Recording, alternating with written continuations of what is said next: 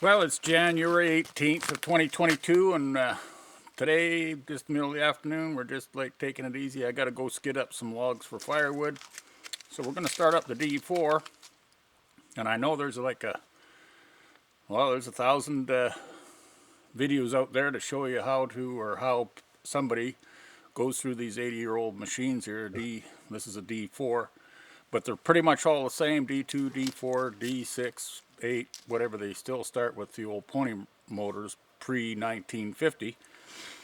And I just thought I'd make a video of how I start the D4. And so here we're going to go ahead and we'll just do a little quick walkabout, check things out first, oils and stuff. So just follow me along.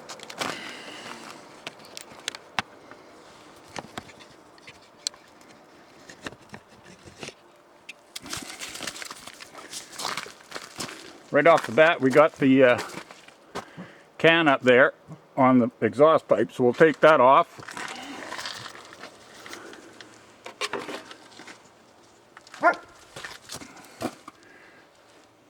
Not that it would hurt to start it with the darn thing on, but we always keep a can on it to keep the water from going into the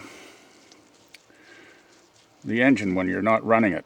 Lock things up. That's what happens to a lot of these old machines. They get left on their own with no protection, and then they get seized up. What we got here is 2 dipsticks, one for the pony motor, and you check the oil with it stopped. It's right here, and it's up at the full mark, so that's good.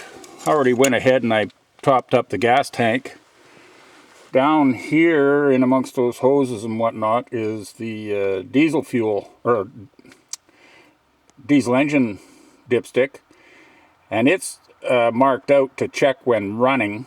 It's got marks full when running, no full when stopped, so you just kind of got to play that by ear.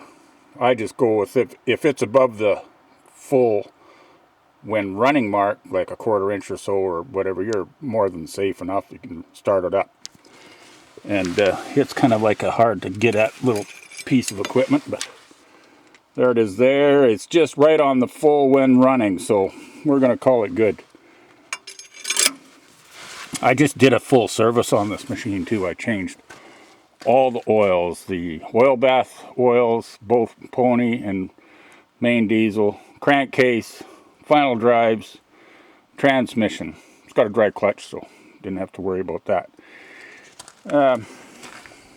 What I do whenever I shut this machine off, I put the gear shifter in neutral and the clutch engaged, so the clutch is fully engaged while it's idling and whatnot.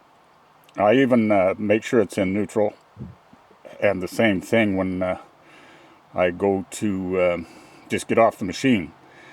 I realized that when you're climbing through all those levers and it's cramp quarters and whatnot, and if you ever slipped and you went and grabbed for something, it's probably going to be your clutch arm, and you'll put the darn machine in gear, and it's just a safety thing. So I always put it in neutral, so if you do have a little bit of a screw up, well, it ain't going to run you over. Going over to the other side here, when you're starting this machine, couple things here. There is a decompression lever here. It's in the start position. So when you get your pony motor going and you start kicking your diesel over, you put it in the decompression mode, get it to start, or to just initiate it. From there, you got to look over to the end here and see there's a fuel pressure gauge there. You can't really see down in the lower corner there. There's a temperature gauge and a engine oil for the diesel pressure. You got to make sure those are coming up for you. And this here is the fuel shutoff and throttle control for the diesel engine. So when you go to or when I go to start it, I always just bring it back halfway. So that'd be set for what we need to do today. The pony motor has got a petcock underneath the tank there. And you got to turn the gas on. And then make sure this here mag switch is in the on position. I never shut it off with the mag switch. That's for emergency only. If something's going to blow up on you, just switch it off by that. Normally I shut it off with the petcock on the gas tank. You want to run all the gas out of the carburetor when you're got your engines, your diesel started, and that's so as you don't get gas, because it'll, with the vibration of the machine running, it'll just vibrate gas down into the crankcase of this little pony motor. It only holds a quart, so it only takes a thimbleful or so of gasoline. It's going to dilute that oil, and the next time you go start it, it's going to be harden the bearings, and eventually that's what happens to these things there. They just get neglected in that point, and then you're doing a pony motor job, or you throw a rod, or it's catastrophic. So we're just going to oh, and then another thing about starting this, there's two levers here. This is the pinion, starter pinion engagement mechanism. Full forward is engaged, so the diesel will be starting or turning over.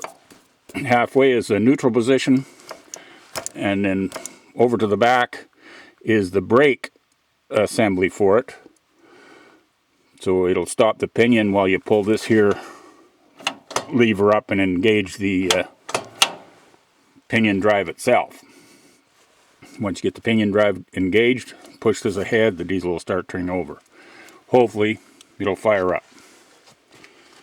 Something I just fine-tuned a little bit there today was this bonnet for the air breather. I kind of cleaned it up, found a brand new jar for it, and painted it black. What can I say? Just a little slow day. Had to have something to do. Anyway, we're going to put this back on the tripod and set it up. And we'll go through getting this thing started.